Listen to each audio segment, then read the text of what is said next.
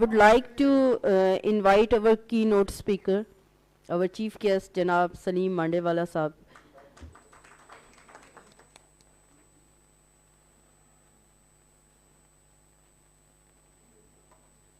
बिस्मिल्लाहिर्रहमानिर्रहीम। एक तो जी पहले तो मैं कहूँ कि सारे यहाँ हमारे जो जियाले बैठे हुए हैं, इनकी बातें सुन के मैं वैसे ही बड़ा इमोशनली चार्ज हो जाता हूँ।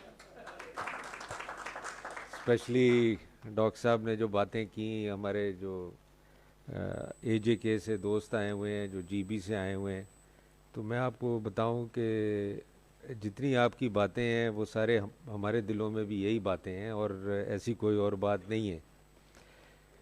एनीवे आज क्योंकि भुट्टो साहब की बात है तो मैं बात करूं। मेरा तो कभी उनसे इत्तेफाक नहीं हुआ इंटरेक्शन का, बट बेनज़ीर भुट्टो के साथ मेरा बहुत इंटरेक्शन रहा और उन्होंने ही मुझे कन्विंस किया पार्टी में आने के लिए।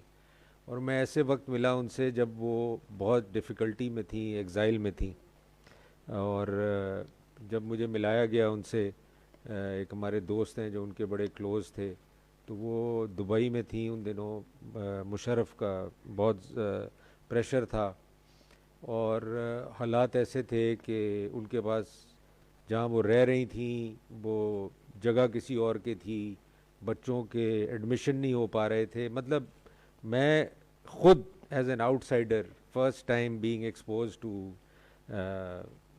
Benazir Bhutto, which was a leader for all of us who are Pakistanis. To see her in this condition was very, very, disturbing.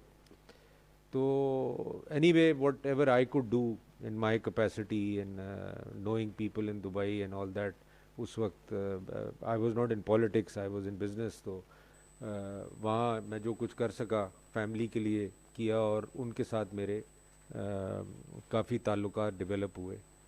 तो उन्होंने मुझे जो बातें बताई, उनकी लाइफ स्टोरी, क्या भुट्टो साहब के साथ उन्होंने स्ट्रगल की और किस तरह उन्होंने सीखा उनसे during her childhood and all the difficulties she pass till Bhutto साहब की डेथ हुई। तो वो एक बहुत ही मैं समझता हूँ बड़ा डिफ़िकल्ट टाइम से शी हैड पास्ड। और being a lady in our society, it's not easy for any lady to go through that kind of crisis. That she was really a very strong lady. और वो यही मुझे कहती थी कि all this that you see in me is from my father. It is when I saw my father going through all the crisis that he went through, when I saw my father going through all the difficult times that he went through, so all the time, my father used to be in my mind in my difficult times.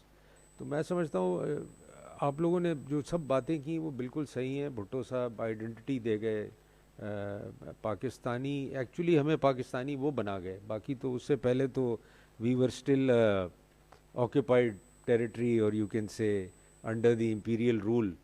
और मैं आपको एक बड़ी interesting बात बताता हूँ। मतलब I was a child at that time travelling with my father. तो मैंने I think I must have been 5 years old और समथिंग। तो मैं पासपोर्ट देखा मैंने उनका, तो मैंने आई जस्ट आस्क्ड हिम कि नोइंग कि यू रिक्वायर वीज़ाज, तो there was no visa required for Pakistan, there was no visa on that passport. तो उन्होंने कहा कि जी ये तो I dent no after some time when I grew up more, तो मैंने कहा ये पासपोर्ट कैसे बनता है पाकिस्तान में। उन्होंने कहा जी passport is issued by the interior secretary of Pakistan, और उसकी जो कंडीशंस थी उस पासपोर्ट की लेने की, वो इतनी डिफ़िकल्ट थी कि you had to be graduate, and in that time a graduate was more than today an MBA or maybe a PhD. So you had to be a graduate, you had to be like somebody of some status to carry a passport. तो मैं समझता हूँ कि अगर भुट्टो साहब ये नहीं करते तो आज तक मेरे ख्याल मेजॉरिटी ऑफ द लोगों के पास पासपोर्ट ही नहीं होता है इस मुल्क में। तो ये सारे जो वो रिफॉर्म्स लाए और लोगों के लिए उन्होंने जो चीज़ें की, तो मैं समझता हूँ उन्होंने एक आइडेंटिटी दी लोगों को, और हमें एक्चुअली पाकिस्तानी बनाया। And plus he like you know सारे मुसलमान मुल्कों को कलेक्ट किया। और एक और चीज़, अभी आते हुए मुझे एक बड़ा इंटरेस्टिंग क्वेश्चन किया दफ्तर में किसी ने कि सलीम साहब, पाकिस्तान में लीडरशिप का क्यों फुकदान है? तो मैं खुद भी ये सोचता रहा, क्योंकि मुझे इतना ज़्यादा टाइम नहीं हुआ, 10 साल ही हुए हैं सियासत में। तो I think there is a conspiracy, a very big conspiracy, that nobody wants leadership to be developed in Pakistan. और ये तो मैं अब विटनेस करता हूँ कि the moment you see anybody becoming a leader in Pakistan, he will either be eliminated or he will be exiled or he will be removed. So ये एक I don't know, is it a local conspiracy, it is an international conspiracy कि पाकिस्तान में आपने किसी leader को पैदा नहीं होने देना। और वो भी अगर आप कभी सेनेट में आप लोगों का आने का इत्तेफाक हुआ, तो हमने एक दस्तूर गली बनाई है, रज़ा रब्बानी साहब जब चेयरमैन सेनेट थे तो उन्होंने बनाई थी। तो उसमें हर कुछ देर के बाद एक डार्क एरा नज़र आता है उस दस्तूर गली में। And what is that? Is martial law, is martial law, is martial law. तो 70 ईयर्स में आधे से ज़्यादा टाइम तो डिक्टेटरशिप में चला गया। और हर दफ़ा कोई डिक्टेटर आया तो आप उसकी हिस्ट्री देखें तो इट इज़ अ कॉन्स्पिरेसी। वो डिक्टेटर आता ही इसलिए कि जी डेमोक्रेसी को और लीडर्स को डीरेल किया जाए और पाकिस्तान में डेमोक्रेटिक रूट्स जो हैं वो ना स्ट्रेंथन हो। तो मैं तो अब स्ट्रिक्टली आई एम कन्विंस्ड कि भुट्टो साहब डेमोक्रेसी का एक पौधा डाल गए, मगर उस पौधे को हर तरह ये कोशिश की जाती है कि ये दरख्त ना बने, ये पौधा ही रहे। और वही this is the problem today. And I don't know when how we will overcome this, क्योंकि हर कुछ टाइम के बाद, और अभी भी let I will be frank with you, अभी भी जो हमारी कोई डेमोक्रेसी है जो 10 साल से चली है, वो तो मैंने आसिफ ज़रदारी साहब को देखा कि उन्होंने वो 5 साल कैसे गुजारे और कैसे वो डेमोक्रेसी सरवाइव कर गई। It was a miracle.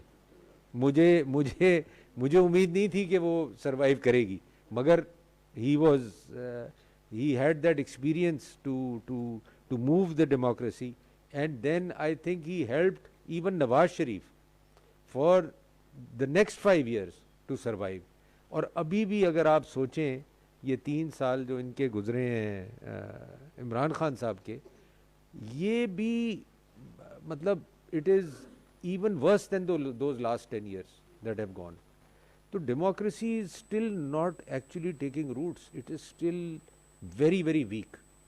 मैं आपको इसकी वीकनेस की इंतहा नहीं बता सकता, क्योंकि मैंने तो इसकी वीकनेस बड़ी नज़दीक से देखी। तो जब तक ये डेमोक्रेसी स्ट्रांग नहीं होगी, पीपल्स रिप्रेजेंटेशन स्ट्रांग नहीं होगी, अवाम स्ट्रांग नहीं होगी, तो ये तो हम लीडर प्रोड्यूस ही नहीं कर पाएंगे। और ये तो चले शुक्र है, मैं आज कहता हूँ कि बिलावल भुट्टो जो है ज़रदारी, आज ही is struggling to be a leader. नहीं तो अगर as an individual, if he didn't want to be a leader, where would we be today? Where would People's Party be today? तो ये भी एक बहुत बड़ा चैलेंज है कि जो बच्चे हैं, जो जवान लोग हैं आगे, they should try to continue with the party manifesto, with Zulfikar Ali Bhutto's manifesto।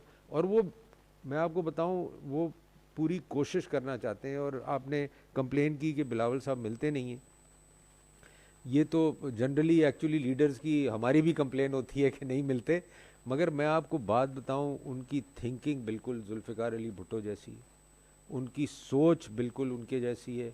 He wants to follow the footsteps of his father, grandfather, his mother, and there is no question that he wants to do something otherwise, but the circumstances are as bad as when it was in Bhutto's time. और आप history निकालें ना, आप देखें लियाकत अली ख़ान से देखें, किसी leader को हमने सर्वाइव ही नहीं करने दिया इस मुल्क में. And obviously, I can't say it's only local conspiracy, it has to be an international conspiracy. कि पाकिस्तान में democracy should not take roots. We should not produce strong leaders who can dictate, you know, like Bhutto was dictating. तो ये एक चीज़ I feel which is a big challenge for anybody in politics.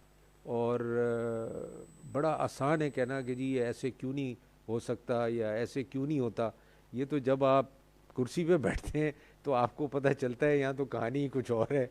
यहाँ तो कुछ इस कुर्सी को उठा के उधर रखने के लिए that is even a big challenge. तो मैं समझता हूँ कि भुट्टो साहब ने वो पौधा तो लगा दिया है, मगर for future generations to come and even the existing generations, even now मैं आपको बताऊँ it's a big struggle how to continue the existing democracy where it stands, how to continue the Imran Khan's government, how to continue the next government which is to come. तो ये मैं समझता हूँ कि बहुत पाकिस्तान में इतना डेमोक्रेसी स्ट्रेंथन हुई भुट्टो साहब के टाइम में, वो एरा आया और उसके बाद it has just you know after him it is gone down hill. तो मैं बस यही कहना चाहूँगा कि भुट्टो साहब ने जो कोशिशें की, हम तो सब चाहेंगे कि हम उनकी स्ट्रगल ऑन रखें और democracy should become stronger in Pakistan.